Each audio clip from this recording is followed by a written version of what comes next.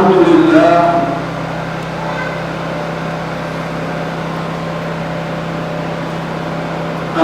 لله الذي جعل الأزمنة مواسم لطاعته وفضل بعض الأشهر على بعض وجعل شهر رجب من الأشهر الحرم وأشهد أن لا إله إلا الله وحده لا شريك له وأشهد أن محمدا عبده ورسوله فإن شهر رجب شهر عظيم من أشهر الله الحرم وقد كان سلف الصالح يعظمون رجبا ويجتنبون فيه الظلم والمعاصي ويكثرون الطاعات استعدادا لشهر رمضان. نسأل الله أن يبارك لنا في رجب وأن يبلغنا شعبان ورمضان وأن يجعلنا من المقبولين. أما بعد، فيا عباد الله، أولا أوصيكم ونفسي بتقوى الله عز وجل وطاعته.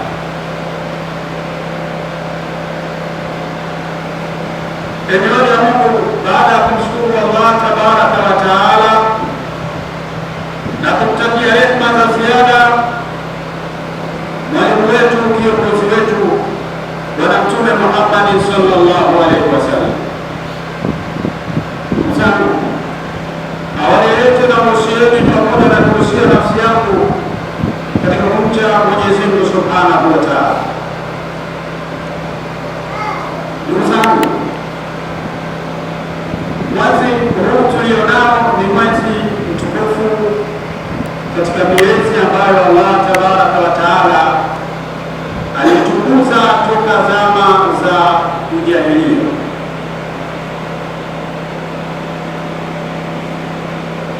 Mwezi huu wa Rajab, salafuna swaleh, wale watu wema ilikuwa wanamtukuza na kuheshimu, lakini pia wakijipinda na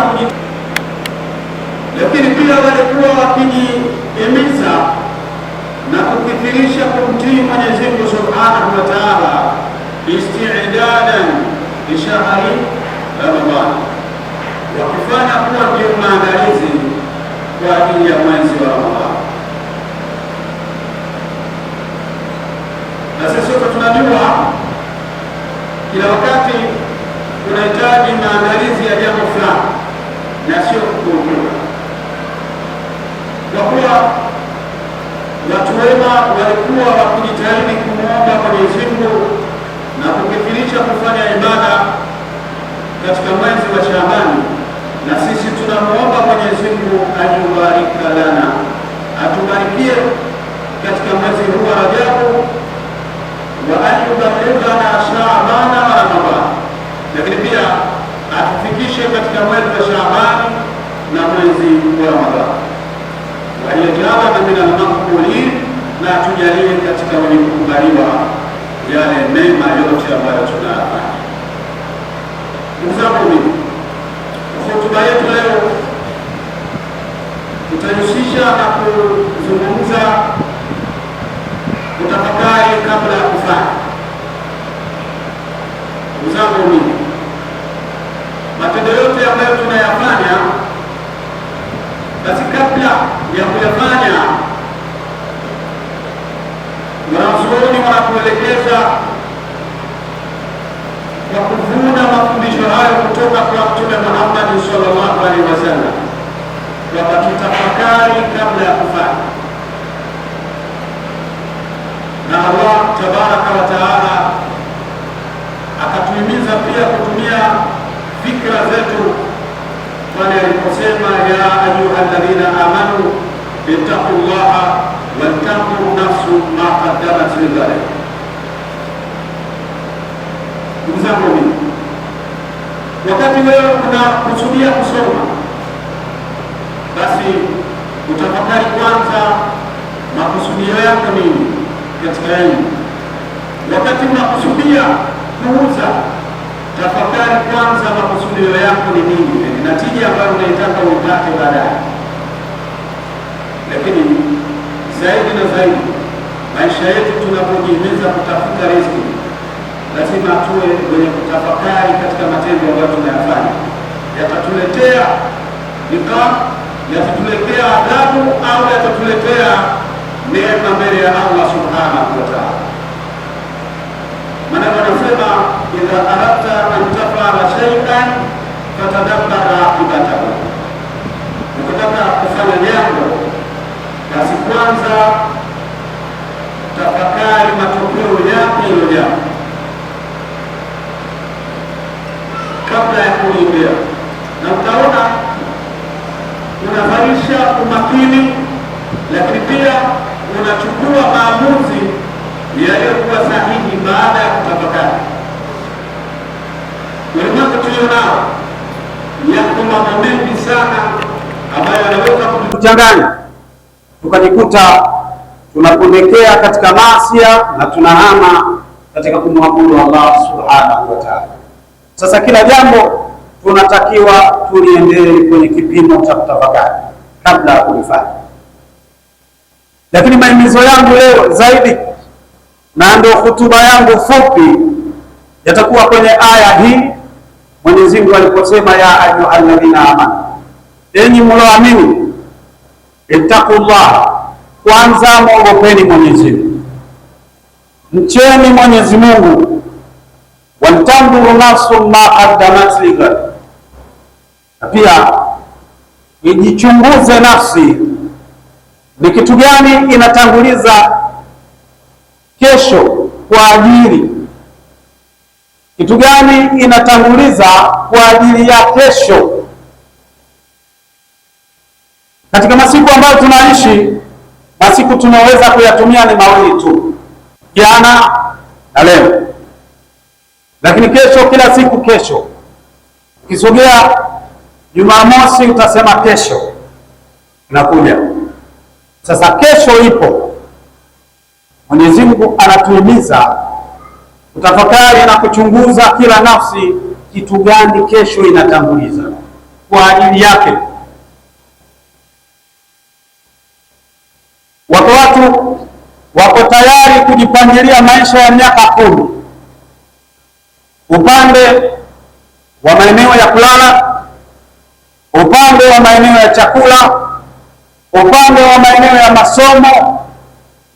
Lakini Allah tabaraka wa taala anatuhimiza zaidi tutafakari na kujichunguza, ili tuweze kujipanga vizuri kwa siku ya kesho, kitu gani tumetanguliza. Subhanallah, wako watu mpaka sasa hivi ninapozungumza hawajajua kwamba kitu gani kesho kitakwenda wasaidia siku ya Kiyama. Yaani katika maisha yake hajui kwamba mimi tokea nimezaliwa mpaka sasa ni kitu gani nitakitegemea kule akhera kikanisaidie, ima ilmu niliyopewa au kazi ninayofanya au cheo nilicho nacho. Yaani bado hajajua hata kitu gani kitakwenda kumsaidia kwa ajili yake siku ya Kiyama. Zangu mimi, kila mmoja atafakari, kama ni mfanya kazi yake ina manufaa gani ambayo ametanguliza kesho. Kama ni msomi, usomi wake kuna manufaa gani ambayo ametanguliza kwa ajili ya kesho. Kama ni mwanacheo, basi kwa kile cheo chake kitu gani ametanguliza kwa ajili ya kesho, kwa sababu kesho ipo. Walillahi alhamdu, kesho itafika, yaumul akhir, siku ambayo ni ya mwisho kabisa. Hakutokuwa na jua wala mwezi wala hakutokuwa na nyota wala mbingu. Subhanallah, mbingu tunayoiona itaondolewa, nyota tunazoziona zitapukutika, mwezi nao pia utakuwa hauna mahala pa kukaa. Zangu mimi, siku hiyo lazima tuangalie kitu gani ambacho tumekitanguliza. Kwa nini tunasema hivi?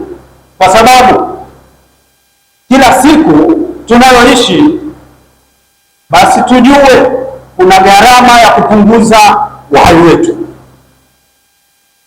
Leo tunahesabu 2026, umepunguza kiasi kikubwa kwenye umri wako mpaka tunapohesabu namba hii, kwa kuwa unaamini kwamba kesho ipo na masiku yanapungua. Ndiyo tunakukumbusha Mwenyezi Mungu Subhanahu wa Ta'ala anatuambia, waltanzur nafsun ma qaddamat lighad.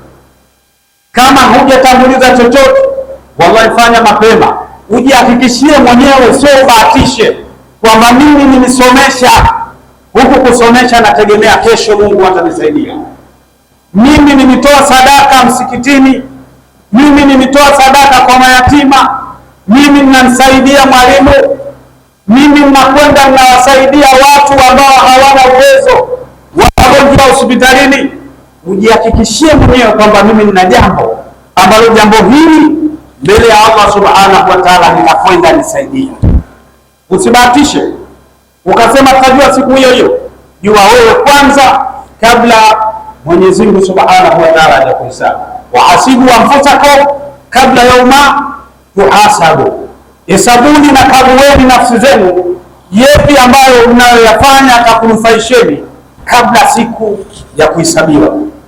Ndugu zangu, tumetanguliza kusema kuwa mwezi huu ni mwezi wa Rajab, mwezi mtukufu, na kiukweli mwezi huu ndio ulikuwa utajwe sana katika hotuba yetu, lakini tumeleta kipimo cha nafsi, kila mmoja aichunguze, kwa kuwa kila siku masiku yanaondoka na gharama ya ule uhai tunapunguza. Mwezi huu wa Rajabu ndio mwezi uliofaradhishwa swala 5, na swala 5 ni kitu muhimu sana. Swala 5 zimepewa kibali na Mwenyezi Mungu juu ya mbingu na sio ardhini, ikuonesha utukufu na ukubwa wa ibada hii ya swala, ambayo ibada hii wanatakiwa waswali wake zetu, tuswali sisi, waswali na watoto wetu. Usisema huyu ni mtoto. Mtoto anatakiwa afundishe swala, na usipomfundisha ni adhabu itakukabili mbele ya Allah Subhanahu wa Ta'ala. Tunasema muru auladakum biswala, waamrisheni watoto wenu kuswali, wa hu abnau 7, na hali ya kuwa wao ni watoto wa miaka 7. Amri itoke kwa mzazi, itoke kwa msimamizi, watoto waswali. Ibada kubwa ambayo Mtume sallallahu alaihi wasallam amekwenda kupewa na kuvuna, kuchukua kule mbinguni. Tutakuja kueleza katika hotuba ya mwisho matukio yaliyotokea wale mawili, na Mtume sallallahu alaihi wasallam akabeba swala hii. Wallahu yaqulu tabaraka wa taala, wallahu yaqulu tabaraka wa taala, wa huwa asraful qailin. قرأت القرآن فاستعذ بالله من الشيطان الرجيم. أعوذ بالله من الشيطان الرجيم. يا أيها الذين آمنوا اتقوا الله ولتنظر نفس ما قدمت لغد. بارك الله لي ولكم بالقرآن العظيم ونفعني وإياكم بالآيات الذكر الحكيم. أقول قولي هذا وأستغفر الله لي ولكم ولسائر المسلمين والمسلمات والمؤمنين والمؤمنات فاستغفروه إنه هو الغفور الرحيم وهو الغفور الكريم.